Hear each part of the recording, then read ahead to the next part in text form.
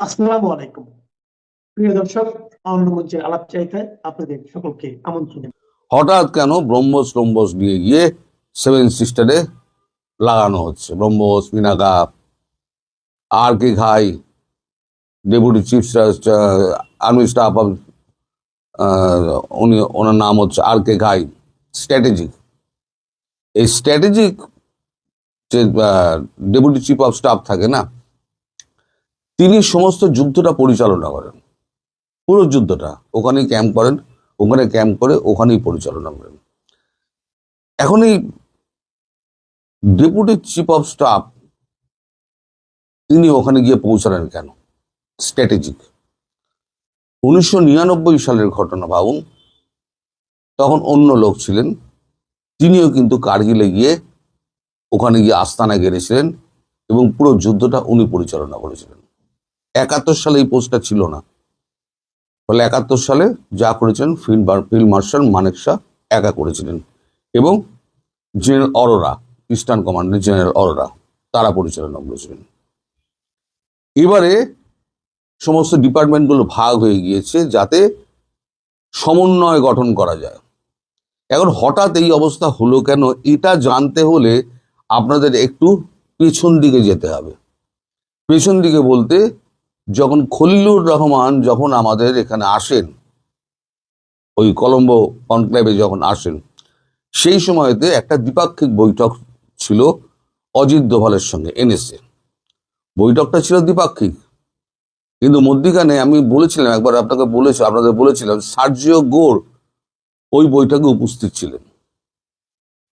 Sergio গোর মারফত মার্কিন কংগ্রেস, আমি আগেও আপনাদের ব্যাখ্যা করেছি যে এখন ট্রাম্পের হাতে ক্ষমতা নেই, এখন ক্ষমতা চলে এসছে জেডি ভান্স, মার্কো রুবিও, মার্কিন কংগ্রেসের হাতে, এবং রিপাবলিকান ডেমোক্র্যাট তারা একসঙ্গে হয়ে কাজ করছে, কারণ ভারতবর্ষকে তাদের সঙ্গে রাখতে হবে।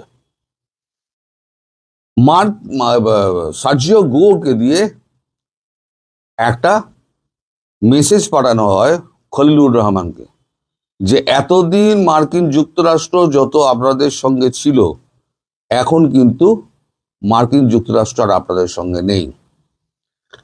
বাংলাদেশ সম্পর্কে যে সমস্ত সিদ্ধান্ত নেওয়ার, সেই সিদ্ধান্ত কিন্তু ভারতবর্ষ নেবে, মার্কিন যুক্তরাষ্ট্র এর মধ্যে নাক গলাবে না। সুতরাং ভারতবর্ষ যে কাজগুলো আপনাদের করতে বলছে, সেই কাজগুলো যদি আপনারা সম্পন্ন না করেন, তাহলে পরে বিপদ আপনাদের। সেক্ষেত্রে মার্কিন যুক্তরাষ্ট্রের উপরে কোনো আশা আপনারা করবেন না, সেটা কিন্তু আপনাদের আমি নিজে উপস্থিত থেকে বলে দিয়ে গেলাম। এই খবরগুলো ধীরে ধীরে ধীরে ধীরে বেরোচ্ছে। এটা শোনার পর না, মানে ঘাম দিতে শুরু করে আপনাদের খলিলুর রহমানের।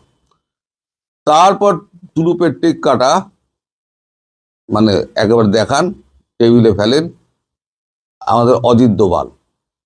তিনি একের পর এক স্যাটেলাইট পিকচার তিনি দেখাতে শুরু করেন, এবং সমস্ত ম্যাপিং, যেগুলো স্যাটেলাইট ম্যাপিং, কোথা দিয়ে কি এসছে না এসছে, কোন জাহাজে কত বস্ত্র এসছে না এসছে, কোথায় তাকে স্টোর করা হয়েছিল, সমস্ত তথ্য তার হাতে একটা ডসিয়ার মারফত তুলে দেওয়া হয়, এবং পরিষ্কার বলে দেওয়া হয় যে 7 দিনের মধ্যে, 7 ওয়ার্কিং ডেজের মধ্যে যদি সমস্যার সমাধান না করেন, তাহলে পরে আমরা আমাদের মতো ব্যবস্থা নেব।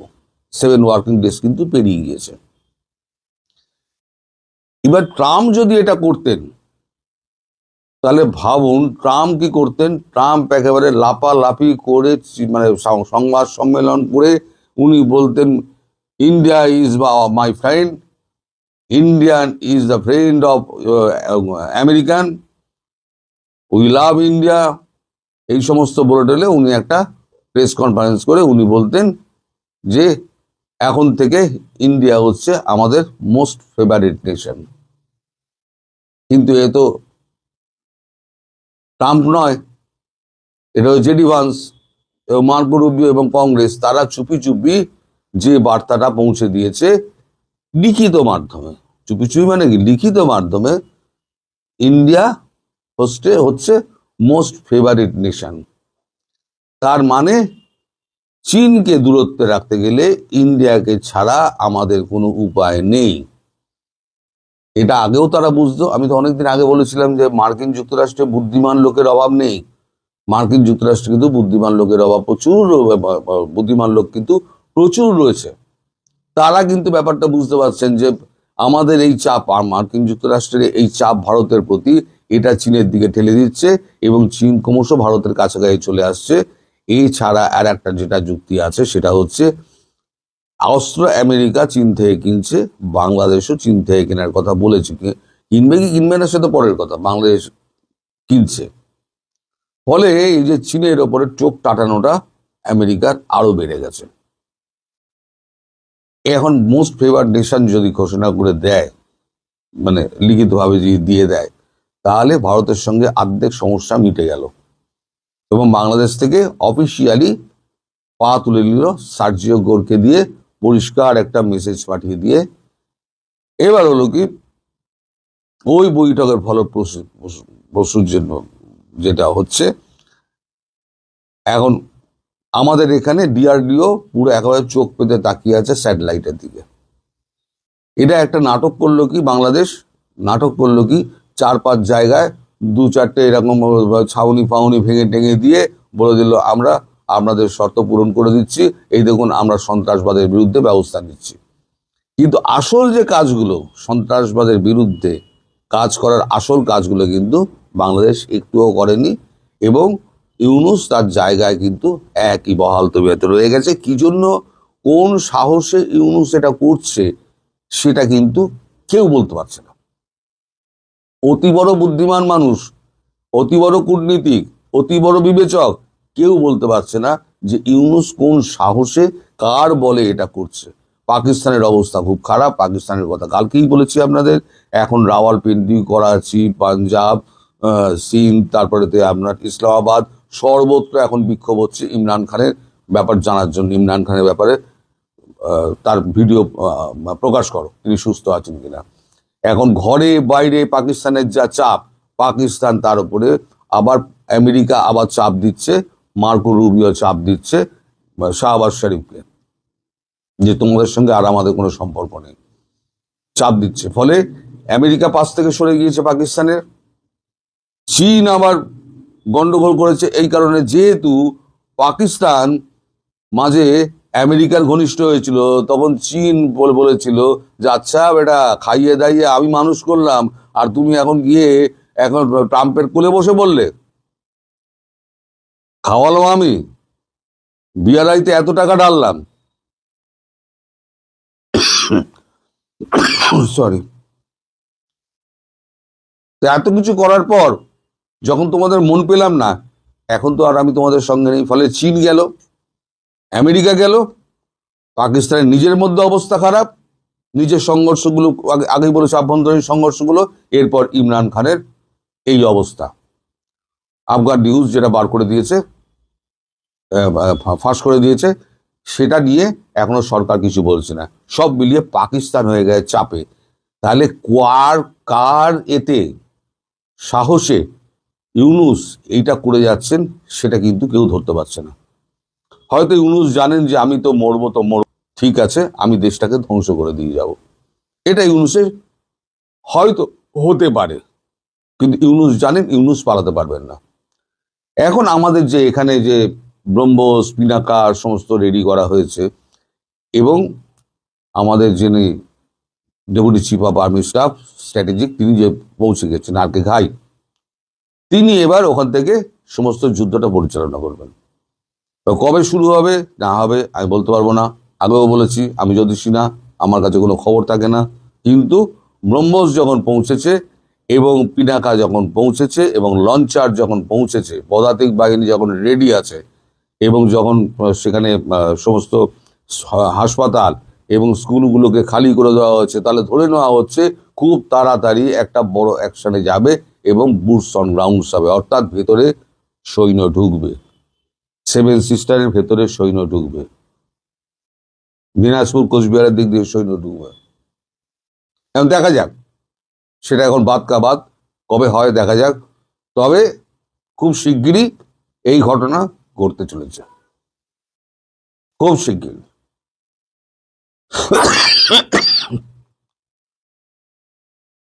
সরি, আপনারা বারবার বিরক্ত হন আমি জানি, কিন্তু আমার এই কাশিটাকে আমি কন্ট্রোল করতে পারছি না। নানান ডাক্তার দেখাচ্ছি, ওষুধ খাচ্ছি, কিন্তু এটা কন্ট্রোল হচ্ছে না। এটা খারাপ জিনিস। এটা ডাক্তারও সন্দেহ করছে খারাপ। জানি না কি হবে ভবিষ্যতে, আমি জানি না। এখন ডাক্তার দেখাচ্ছি, ডাক্তার কি বলে, এখন শেষ রিপোর্টে কতগুলো টেস্ট দিয়েছে, টেস্টগুলো করি, করে রেজাল্ট আসুক, তখন বলা যাবে যে আমার ভেতরে কোন অসুখ দানা বেঁধেছে, আর আদৌ কতদিন আপনাদের সঙ্গে আমি থাকতে পারবো।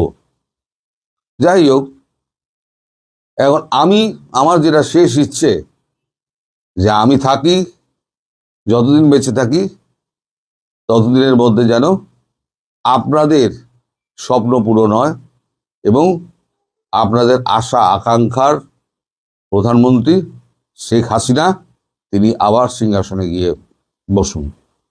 এটাই আমার শেষ আশা। তারপরে বাঁচলাম কি মরলাম সে তো অপরার দান, সে তো আর আমার দান নয়। আসলে বাংলাদেশের অনাচার, অত্যাচার, অজাচার দেখতে দেখতে আপনারা অনেকেই কিন্তু শিখ হয়ে গেছেন।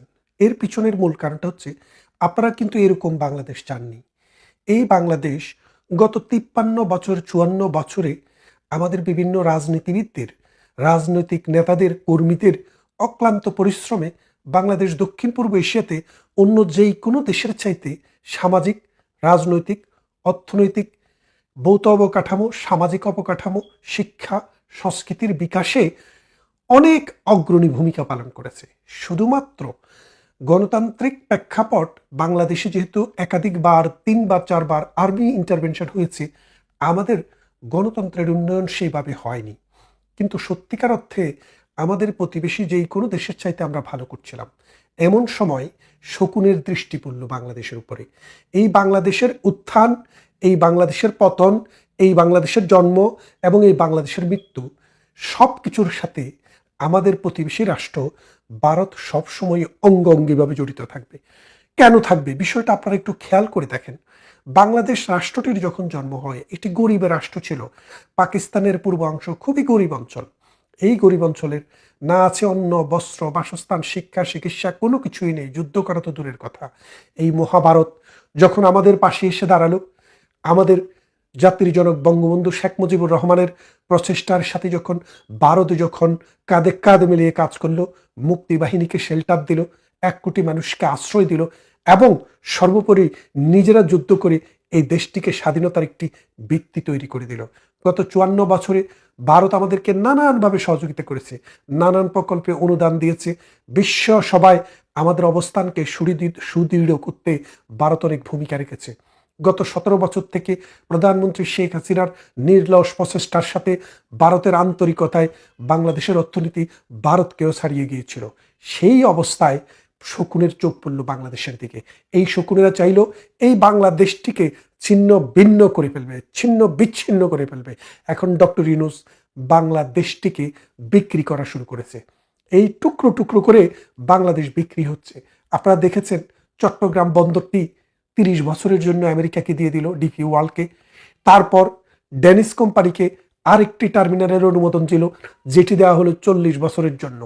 তারপর double mooring terminal, container terminal, সেটিও দিয়ে দেওয়া হলো লিজে।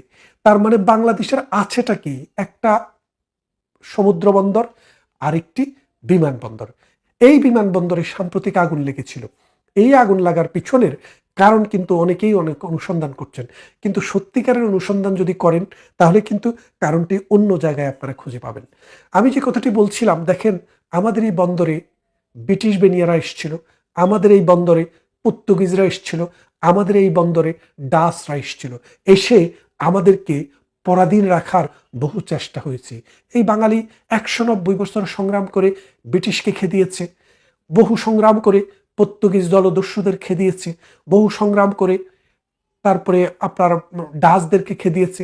তারপর বহু সংগ্রাম তিতিকার পর ভারতবর্ষ, পাকিস্তান, বাংলাদেশ হলো। সেই বেনিয়াদেরকে আবার আমেরিকান বেনিয়া, ইউরোপিয়ান ডেনিশ বেনিয়াদেরকে আবার এনে এই বাংলাদেশের ভূখণ্ডের ভিতরে ঢুকিয়ে দিচ্ছে। আমাদের দেশ আমরা বহু কষ্টে স্বাধীন করেছি, সেই দেশটিকে আজকে ডক্টর ইউনূস টুকরো টুকরো করে বিদেশিদের হাতে তুলে দিচ্ছে। তারপর আরো পরিকল্পনা চলছে আমেরিকাকে একটি বন্দর বাংলাদেশের এই সমুদ্র সীমার ভিতরে দেওয়া হবে। আমরা জানি না বাংলাদেশের কপালে কি আছে। এখন শুনছি, খুব রিলায়েবল সোর্স থেকে শুনছি যে বাংলাদেশের যে বিমানবন্দরটি আছে শাহজালাল আন্তর্জাতিক বিমানবন্দর, সেটি দিয়ে দেওয়া হবে আমেরিকা বা ইউরোপিয়ান কোনো কোম্পানিকে ম্যানেজমেন্টের জন্য। তার মানে আমাদের হাতে আর কিছুই থাকলো না। ডক্টর ইউনূসকে যখন পাঠানো হয়, ডক্টর ইউনূসকে দুইটা এজেন্ডা দিয়ে পাঠানো হয়েছিল। ডক্টর ইউনূস কিন্তু নিজে আসেননি, তাকে পাঠানো হয়েছে টাকা দিয়ে। এখন ডক্টর ইউনূসের প্রথম এজেন্ডাটি হলো টুকরো টুকরো করে বাংলাদেশটাকে বিক্রি করে দাও, আর দ্বিতীয় হচ্ছে আমাদের যে প্রতিবেশী তাদের সাথে সম্পর্কটিকে একবারে খারাপ করো, খারাপ করিয়ে তাদের মনের ভিতরে একটা ভয় ঢুকাও, তাদেরকে একটা প্রেশার করো, অর্থাৎ সেটি হচ্ছে ভারত। ডক্টর ইউনূসের প্রথমটা তিনি সফল হয়ে গেছেন। কি সফল হয়েছেন? তিনি অলরেডি টুকরো টুকরো করে বাংলাদেশকে বিক্রি করে দিয়েছেন। আর দ্বিতীয়টি তিনি সফল হওয়ার চেষ্টা করছেন, কিন্তু পারবেন না। ভারত বিশাল শক্তি, পাকিস্তানকেই তাদের গণার সময় নাই, বাংলাদেশের কথা তো বাদই দিলাম।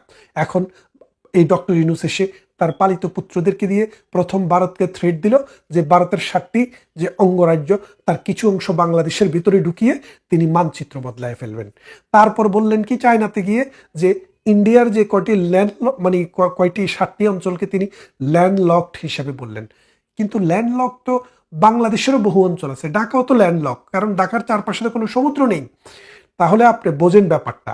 এখন যদি রাজশাহীকে যদি আপনি ল্যান্ডলক বলেন, অথবা আপনি যদি গাজীপুরকে ল্যান্ডলক বলেন, তাহলে গাজীপুরের কেমন লাগবে?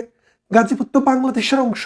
সুতরাং বন্দর চট্টগ্রামে যেটি আছে, মোংলাতে যেটি আসছে, সেটি শুধু মোংলার আর চট্টগ্রামের বন্দর নয়, এটা পুরো বাংলাদেশের বন্দর। ভারত এত বড় সীমারেখা, তাদের সমুদ্র সীমা, ভারতের এই রাষ্ট্রগুলো ল্যান্ডলক, এই অঞ্চলগুলো ল্যান্ডলক হয় কি করে? সুতরাং ডক্টর ইউনূসের এখানেও একটি চাল ছিল, এবং সেই চালটি দিয়ে ডক্টর ইউনূস ভারতের সাথে বাংলাদেশের মানুষকে মুখোমুখি দাঁড় করে দেওয়ার চেষ্টা করেছে, এবং ভারতের অখণ্ডতাকে বিনষ্ট করার জন্য এবং সন্ত্রাসী হামলার জন্য ডক্টর ইউনূস পাকিস্তান থেকে লোক ভাড়া করে এনেছে। লস্করে তৈয়বা ডক্টর ইউনূস অনুমোদন দিয়েছে, জৈশে মোহাম্মদী তাদেরকে অনুমোদন দিয়েছে, এবং তিনি কি করেছে বলেছে তারা এখন আসতে আর ভিসা লাগবে না, এয়ারপোর্টে আসলেই চিল দেওয়া হবে। বাংলাদেশের মতো জায়গায়, যে দেশ বাংলাদেশকে স্বাধীনতা যুদ্ধে সহযোগিতা করেছে, এতদিন থেকে শুনেছেন যে গোলামি চুক্তি, কিন্তু দেখা গেল একটি চুক্তি ও গোলামি চুক্তির কোনো বিন্দু মাত্র লেশ মাত্র কিছু নেই। ডক্টর ইউনূস একটি চুক্তিও বদলাতে পারেননি, বদলানোর চেষ্টাও করেননি। গঙ্গার যে পানি চুক্তিটি শেষ হয়ে যাবে আগামী বছর, সেই চুক্তিটি নিয়ে কোনো কথাই বা ডক্টর ইউনূস বলেননি, কারণ ডক্টর ইউনূস জানেন তার এজেন্ডা দেশকে উন্নত করা নয়, দেশকে কবর দেওয়া।